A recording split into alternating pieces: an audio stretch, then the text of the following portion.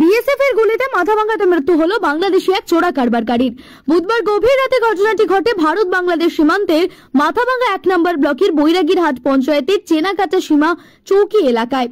মৃত ওই বাংলাদেশির নাম সবুজ হাসান। তার বাড়ি বাংলাদেশের লালমনিরহাটের পাটগ্রাম এলাকায়। বিএসএফ এর সূত্রে খবর, মৃত ওই ব্যক্তি সীমান্তে কাঁচা তারের টোপকে পাচারের চেষ্টা করলে সীমান্তরক্ষীরা বাধা দেয়। সেই সময় ওই দুষ্কৃতী দল তাদের ওপর চড়াও হলে বিএসএফ আত্মরক্ষার্থে গুলি ছোড়ে, আর সেই গুলিতেই মৃত্যু হয় সবুজ হাসান নামের এক ব্যক্তির। পরে বিএসএফ দেহ উদ্ধার করে মাথাভাঙা মহকুমা হাসপাতালে নিয়ে আসে।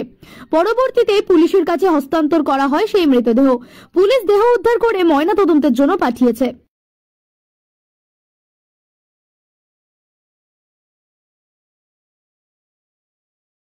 আমাদের কাছে ইনফরমেশন আছে বিএসএফ এর পক্ষ থেকে চেনাকাটা ডিওপি 156 বিএসএফ ব্যাটালিয়ান, যে একজন চোরা কারবারকারী, তারা বর্ডারে কাটাতারের কাছে আসে এবং সেখানে অন্যায়ভাবে কিছু কাজ করতে এসেছিলেন, ইলিগাল। তখন তারা ফায়ার করে, প্রথমে ওয়ার্নিং দেয়, তারপরে তারা ফায়ার আর্ম ইউজ করে এবং মারা যায়। সেটাকেই সেখান থেকে বিএসএফের পক্ষ থেকে আমাদেরকে জানানো হয় এবং মাথাভাঙা সাব ডিভিশনাল হসপিটালে পরবর্তী যে প্রসিডিওর এবং পোস্টমর্টেম করার জন্য এখানে নিয়ে আসা হয়।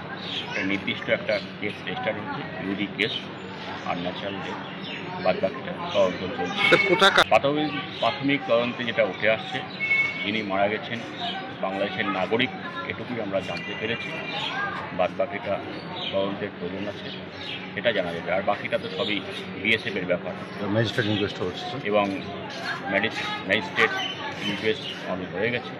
পরবর্তী যে আইনগত ব্যবস্থা সেটা আমরা নিচ্ছি এবং যেহেতু এটা বিএসএফের ব্যাপার, তারা পরবর্তী যাদের প্রোটোকল আছে, ইন্টারনাল প্রোটোকল, তারা সেটা মেনটেন করছে। নাম পরিচয় কিছু জানা গিয়েছে? এখনও পর্যন্ত আমরা যোগাযোগ রাখছি, তবে বাংলাদেশ নাগরিক এটুকু আমরা জানতে পেরেছি। পরবর্তীতে কি প্রসিডিওর মেনে দেহ সেখানে পাঠানোর ব্যবস্থা করা হবে? হ্যাঁ, সেটা বিএসএফের পক্ষ থেকে যেটা করো, সেটা বিএসএফ যেটা করবো। আমাদের পক্ষ থেকে যেটুকু আমরা করছি।